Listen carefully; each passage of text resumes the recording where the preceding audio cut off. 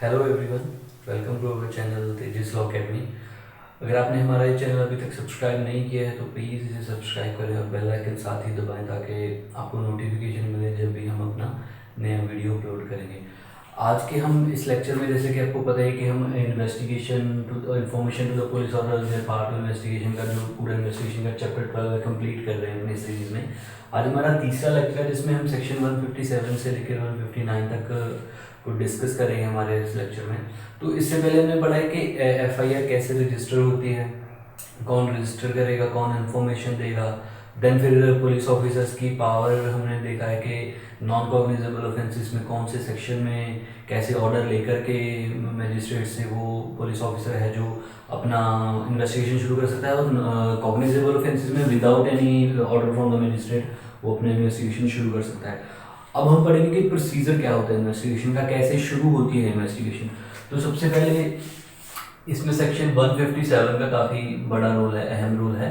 157 में प्रोसीजर बताया गया है, उसमें बताया गया है कि on receiving of the FIR और अदरवाइज, अगर किसी पुलिस ऑफिसर को एक एफआईआर मिलती है या एफआईआर रजिस्टर होती है या अदरवाइज उसको किसी और सोर्स से इंफॉर्मेशन मिलती है, तो वो क्या करेगा, वो तुरंत ही अक्रेंस रिपोर्ट भेजेगा मजिस्ट्रेट को।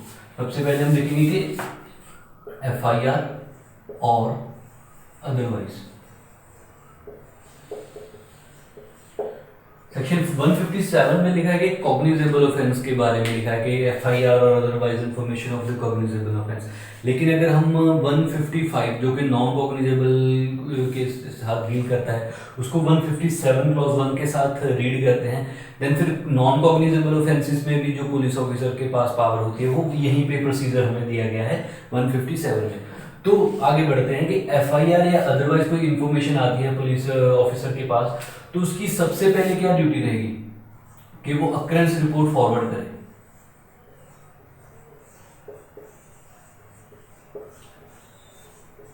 वो एफआईआर की कॉपी होगी जो, उसको अक्रेंस रिपोर्ट हम बोलते हैं, एफआईआर की जो कॉपी होगी वो मजिस्ट्रेट को फॉरवर्ड करेगा, ठीक है, टू मजिस्ट्रेट।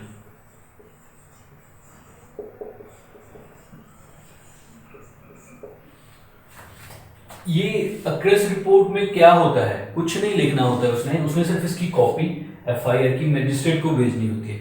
इसका पर्पस क्या रहता है कि क्यों भेजी है, ये इसको हम चालान नहीं बोलते हैं कि हाँ ये ऑफेंस हो गया है और हमने इन्वेस्टिगेशन कंप्लीट करी है।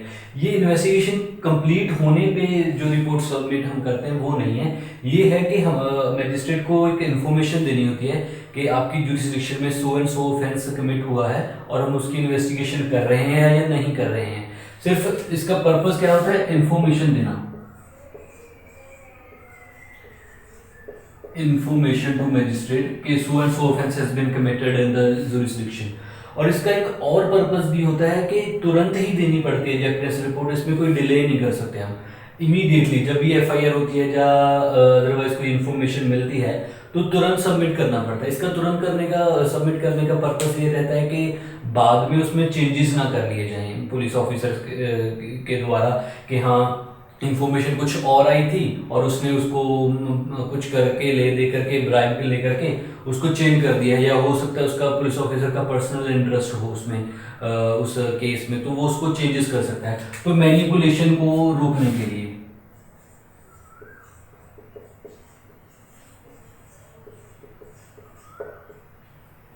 ठीक है, हमें पता चला कि एफआईआर और अदरवाइज इंफॉर्मेशन मिलती है तो हम कॉपी ऑफ एफआईआर भेजेंगे जो कि अक्रेंस रिपोर्ट होती है मजिस्ट्रेट को। इसका पर्पस क्या होता है, इंफॉर्मेशन देना मजिस्ट्रेट को that so and so offence has been committed, और उसका मैनिपुलेशन रोकना कि बाद में एफआईआर में कुछ चेंजेस ना हो। अगर तो एफआईआर मिलती है तो हम एफआईआर की कॉपी भेज देंगे, और अगर एफआईआर नहीं मिलती है देन फिर थ्योरेटिकली रहता है कि वो केस जो डेली डायरी, जनरल डायरी में जो डे टू डे रूटीन जो भी पुलिस थाने में या पुलिस चौकी में जो भी इवेंट्स होते हैं उनको रिकॉर्ड करते हैं, वो जनरल डायरी जिसे हम बोलते हैं। तो थ्योरेटिकली अगर देखें तो उसकी कॉपी भेजते हैं, लेकिन अगर प्रैक्टिकली देखें तो सबसे पहले हमें पुलिस ऑफिसर क्या करेगा, कोई विटनेस ढूंढेगा कि so and so offence has been committed, तो विटनेस ढूंढेगा, उसको बोलेगा कि तुम एफआईआर दर्ज करवाओ, एफआईआर के बाद उसकी कॉपी भेजेंगे।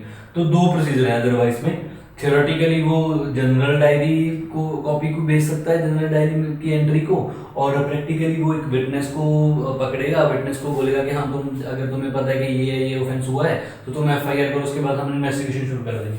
तो अक्रेस रिपोर्ट भेजने के बाद क्या होगा? अक्रेस रिपोर्ट बेसिकली मतलब हम देखते हैं कि क्या ड्यूटी है यहाँ पे अक्रेस रिपोर्ट भेजने की, ड्यूटी बाउंड है या नहीं।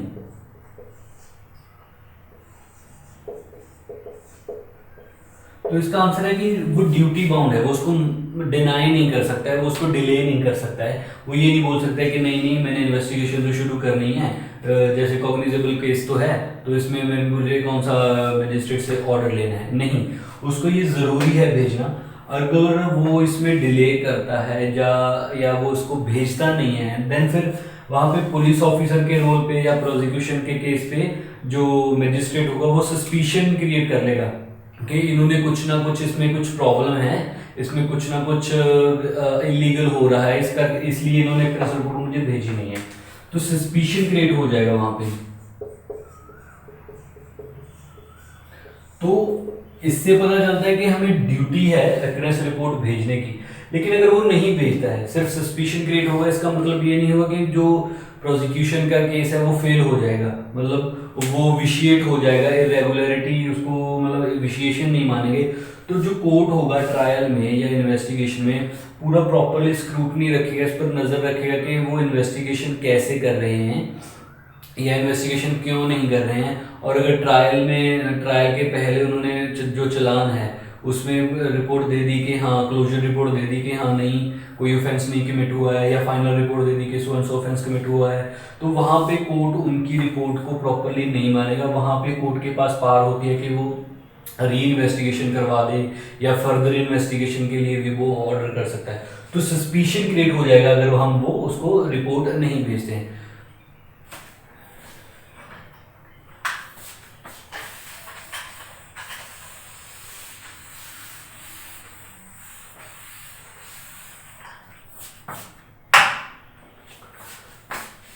तो क्या क्या होगा क्रेस रिपोर्ट में?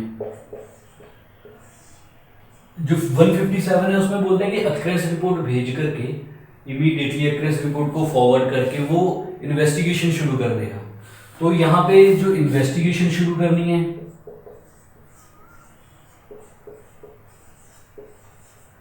पुलिस ऑफिसर बाउंड नहीं है कि वो इन्वेस्टिगेशन करे ही करे हर एक केस में, उसका डिस्क्रिप्शन है। उसको क्या क्या देखना पड़ेगा? उसको देखना पड़ेगा from the facts of the FIR के एक ऑफेंस कमिट हुआ है या नहीं हुआ है। फिर इसको अपना प्रैक्टिकल नॉलेज लगाना पड़ेगा कि हाँ मुझे इसमें इन्वेस्टिगेशन करना चाहिए या नहीं करना चाहिए। अगर इन दोनों कंसिडरेशन को देखकर उसे लगता है कि हाँ मुझे एक जो ऑफेंस कमिट हुआ है या एफआईआर आई है मेरे पास उसमें मुझे इन्वेस्टिगेशन करना चाहिए, देन फिर वो इन्वेस्टिगेशन करेगा, अदरवाइज वो मना कर सकता है। लेकिन उसे अक्रेस रिपोर्ट जरूर भेजनी है। अक्रेस रिपोर्ट में वो क्या लिखेगा कि वो इन्वेस्टिगेशन केस में कर रहा है या नहीं कर रहा है।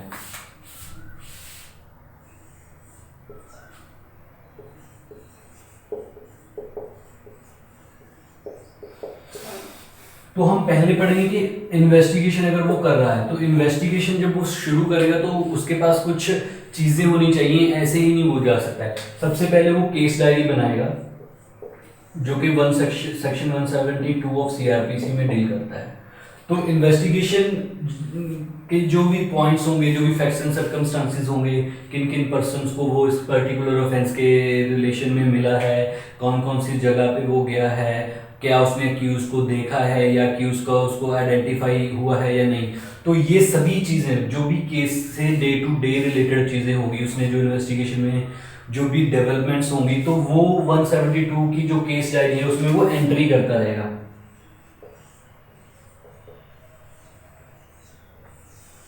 ये सिर्फ केस के साथ रिलेटेड होती है ये डायरी। इसमें अगर इसमें एक और डिफरेंस भी होता है, केस डायरी होती है, जनरल डायरी होती है। जनरल डायरी सीआरपीसी में कहीं नहीं दिया हुआ, ये सेक्शन 44 ऑफ पुलिस एक्ट में है इसका प्रोविजन।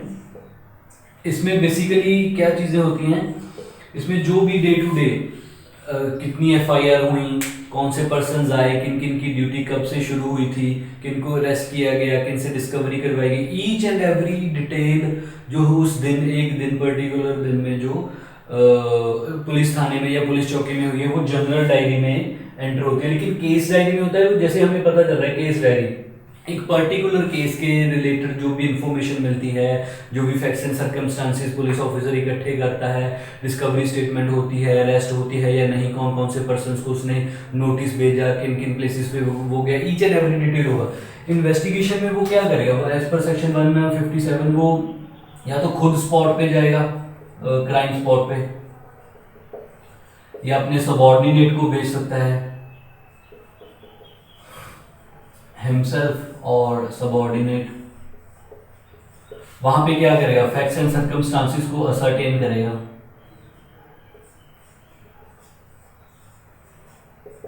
फैक्ट्स एंड सर्कमस्टांसेस को असर्टेन करने के साथ साथ वो असर्टेन करेगा कि पर्सन कौन है, कि जिसने ऑफेंस किया है, ऑफेंडर को लोकेट करने की कोशिश करेगा वो, कि एज पर द इंफॉर्मेशन या एज पर द इन्वेस्टिगेशन, या उसको जो भी लग रहा है कि कौन पर्सन ऑफेंडर है, उसको अरेस्ट करने का होगा। कि अगर उसे लग रहा है कि हाँ for the administration of justice, जैसे कि हमने अरेस्ट के लेक्चर में पढ़ा कि अगर for the administration of justice एक अक्यूज का अरेस्ट करना जरूरी है, देन फिर वो वहां पे उसको अरेस्ट करेगा, जिसमें कि चैप्टर 5 ऑफ सीआरपीसी के में प्रोविजन दिए हैं वो फॉलो होंगे, या फिर उसको अरेस्ट नहीं करेगा। तो ये सभी चीजें होंगी स्पॉट पे जाकर, वो स्पॉट पे जाएगा, इन्वेस्टिगेशन करेगा कि क्या क्या ऑफेंस हुआ है, क्या क्या सर्कमस्टांसेस हैं, पर्सन्स को मिलेगा फैक्ट्स और सर्कमस्टांसेस को असर्टेन करने के लिए, और वो अरेस्ट करेगा या नहीं करेगा। ये सभी प्रोविजन हमें चैप्टर अरेस्ट की सब चैप्टर 5 में पढ़ेंगे हम।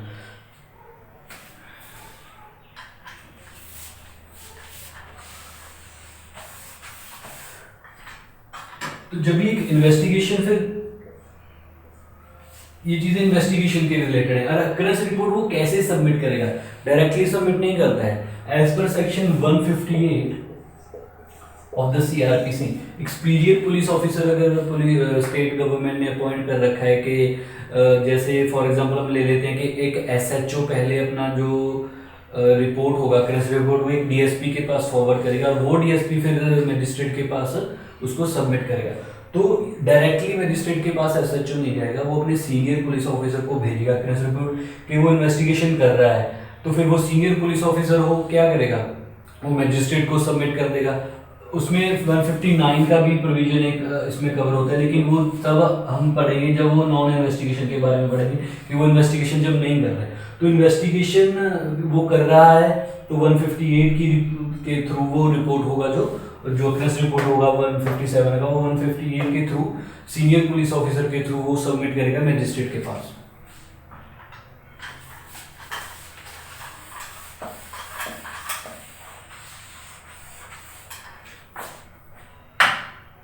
अब हम पढ़ते हैं कि वो इन्वेस्टिगेशन नहीं कर रहा है, तो 157 है जो उसका प्रोवाइजो है, प्रोवाइजो ए और बी, उसमें बताया है कि जैसे हमने पहले भी पढ़ा कि इन्वेस्टिगेशन करना जरूरी नहीं है पुलिस ऑफिसर के लिए, उसकी डिस्क्रिशनरी पावर है, वो देखेगा कि फैक्ट्स एंड सर्कमस्टांसेस से प्राइमा फेसाई केस बन रहा है या नहीं बन रहा है, या झूठी कोई एफआईआर तो नहीं है, या उसे लग रहा है अपनी प्रैक्टिकल नॉलेज के से कि हाँ उसको इन्वेस्टिगेशन कर लेनी चाहिए, फिर ही जो होगा इन्वेस्टिगेशन के बाद ही पता चलेगा कि ऑफेंस कमिट हुआ है कि नहीं, देन वो कर पाएगा। अगर उसको लग रहा है कि इन्वेस्टिगेशन जरूरी नहीं है, फिर वो नहीं करेगा।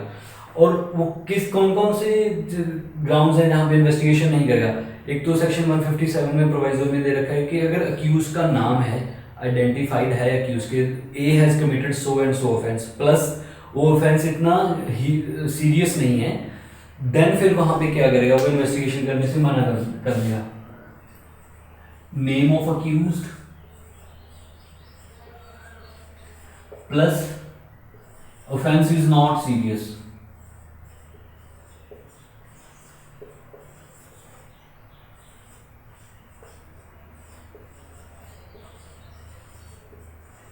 देन फॉर वो जो रिपोर्ट अकरेंस रिपोर्ट भेजेगा वो उसमें लिख देगा कि हमें ऑफेंडर का नाम पता है और सीरियस ऑफेंस नहीं है, इसलिए इसमें इन्वेस्टिगेशन हमें नहीं करना है। तो दूसरा एक यहाँ पे ग्राउंड आता है कि उसे लग रहा है कि सफिशिएंट एविडेंस नहीं है कि ऑफेंस हुआ हो, दूसरा क्लॉज है। तो ये जो इंफॉर्मेशन होगी वो सिर्फ मैजिस्ट्रेट को देगा, ये जो इन्फॉर्मेशन होगी वो मैजिस्ट्रेट को भी देगा और जिसने एफआईआर दर्ज करवाई है उस पर्सन को भी देगा, मतलब इन्फॉर्मेंट को भी देगा। वो कोई आई विटनेस भी हो सकता है, वो विक्टिम भी हो सकता है, वो एनी अदर पर्सन भी हो सकता है। तो ये इन्फॉर्मेशन वो मैजिस्ट्रेट प्लस इन्फॉर्मेंट को देगा। तो मैजिस्ट्रेट के पास तो इन्वेस्टिगेशन कर रहा है तब भी इंफॉर्मेशन जा रही है। अगर ये वाला केस है कि उसके बारे में पता है और सीरियस नेचर का ऑफेंस नहीं है तो भी जा रहा है। लेकिन जो सफिशिएंट एविडेंस है वहां पे मैजिस्ट्रेट के पास प्लस इन्फॉर्मेंट के पास जा रहा है। इन्फॉर्मेंट के पास यहाँ पे क्या क्या फिर राइट आ जाते हैं कि वो 156 की एप्लीकेशन लगा सकता है कि इन्वेस्टिगेशन करवाओ मैजिस्ट्रेट को कि इसमें इन्वेस्टिगेशन बनती है, इन्वेस्टिगेशन होनी चाहिए। या मतलब इसको बेसिकली हम बोलते हैं कि इन्फॉर्मेंट के पास प्रोटेस्ट पिटीशन का राइट आ जाता है, जिसमें वो प्रोटेस्ट कर सकता है कि नहीं नहीं इसमें इन्वेस्टिगेशन होनी चाहिए। पुलिस ऑफिसर जानबूझ करके या वैसे ही इसको केस को हश अप करने के लिए, दबाने के लिए वो इन्वेस्टिगेशन नहीं कर रहा है। 156(3) की हो सकती है, अगर उसने एप्लीकेशन लगा दी 156(3) की तो वहाँ पे इन्वेस्टिगेशन ऑर्डर कर सकता है। या मैजिस्ट्रेट के पास पावर है कि वो उसको कंप्लेंट केस डील कर ले, कि कंप्लेंट मान करके इस एप्लीकेशन को वो वहाँ पे क्या ऑर्डर कर देगा, वहाँ पे कंप्लेंट प्रोसीडिंग्स ऑर्डर कर देगा। तो यहाँ पे ये जो अक्रेंस रिपोर्ट हमें पहले ही पता है कि एक senior police officer as per section 158 senior police officer के थ्रू जाएगा। तो सीनियर पुलिस ऑफिसर यहाँ पे क्या करेगा, उसके पास क्या क्या ऑप्शंस रहते हैं सीनियर पुलिस ऑफिसर के पास। 158 के क्लॉज 2 में हमें बताया कि जब भी उसके पास इंफॉर्मेशन आएगी कि हाँ अक्रेंस रिपोर्ट मैजिस्ट्रेट को भेजनी है, अगर तो इन्वेस्टिगेशन कर रहा है देन ठीक है वो फॉरवर्ड कर देगा सीनियर पुलिस ऑफिसर। अगर इन्वेस्टिगेशन नहीं कर रहा है तो सीनियर पुलिस ऑफिसर के पास भी पावर है कि जो उसका जूनियर है, जो जिसने उसके पास अक्रेंस रिपोर्ट को फॉरवर्ड किया है, वहाँ पे उसको वो डायरेक्शन दे देगा कि तुम्हें इसमें इन्वेस्टिगेशन करना चाहिए। एप्रोप्रिएट डायरेक्शन दे देगा वो उसको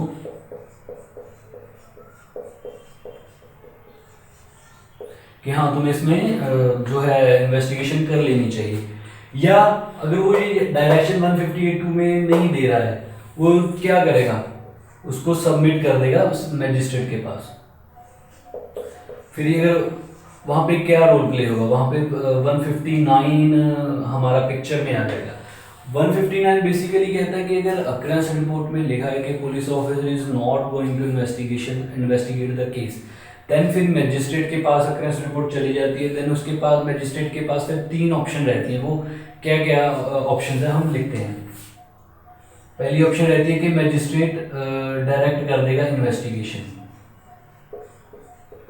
वो सीनियर पुलिस ऑफिसर को भी डायरेक्ट कर सकता है या जुरिस्डिक्शनल पुलिस ऑफिसर को कर देगा जिसके पास इंफॉर्मेशन है, जिसने इन्वेस्टिगेशन करने से मना कर दिया है।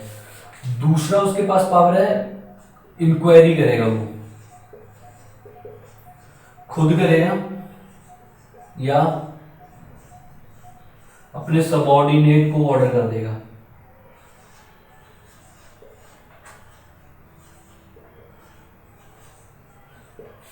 ठीक है, इंक्वायरी करने का क्या पर्पस रहता है, ये देखना होता है कि whether offence has been actually committed और नॉट, और इसमें इन्वेस्टिगेशन का जरूरी है या नहीं करना है, ये ऑप्शन आ जाती है। तीसरी ऑप्शन एज पर 159 होती है उसके पास, to deal the case otherwise.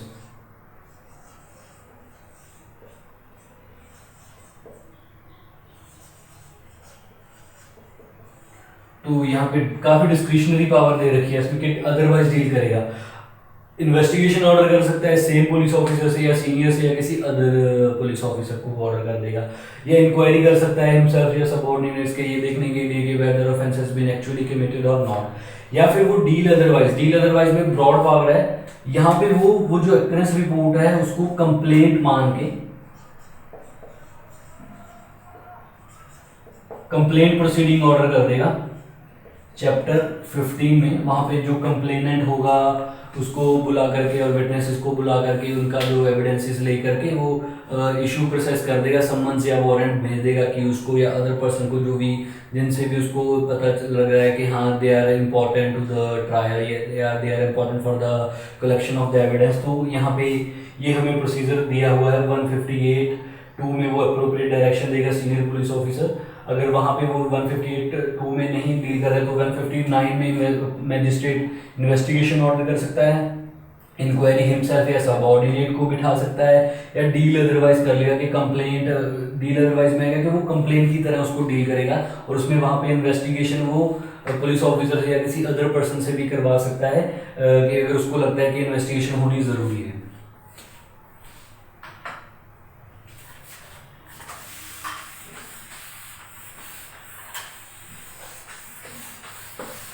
अब हमने पिछले लेक्चर में पढ़ा था कि सेक्शन 156(3) में ब्रॉड पावर्स हैं मजिस्ट्रेट के पास कि वो investigation, FIR plus investigation, proper investigation का ऑर्डर, री इन्वेस्टिगेशन का या कंप्लेंट प्रोसीडिंग ऑर्डर कर सकता है। तो 159 में भी कुछ ऐसा ही है, वो इन्वेस्टिगेशन भी ऑर्डर कर सकता है, कंप्लेंट प्रोसीडिंग्स से भी डील कर सकता है। तो इनमें फिर डिफरेंस क्या हुआ?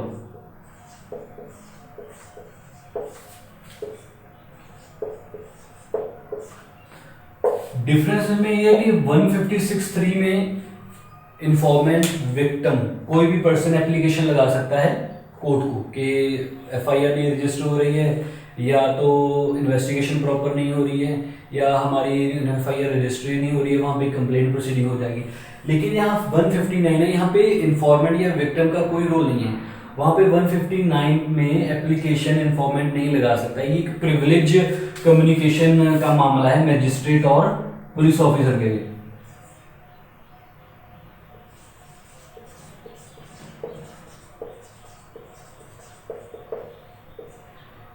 पुलिस ऑफिसर एंड मैजिस्ट्रेट, अगर एक पुलिस ऑफिसर ने इन्वेस्टिगेशन करने से मना कर दिया है तो जो इंफॉर्मेंट होगा वो 159 में नहीं आ सकता है, 159 की एप्लीकेशन नहीं मूव कर सकता है। अगर उसको एप्लीकेशन मूव करनी है इन्वेस्टिगेशन करवाने के लिए तो 156(3) क्लॉज में वो जा सकता है। आज के हमारे लेक्चर में इतना ही।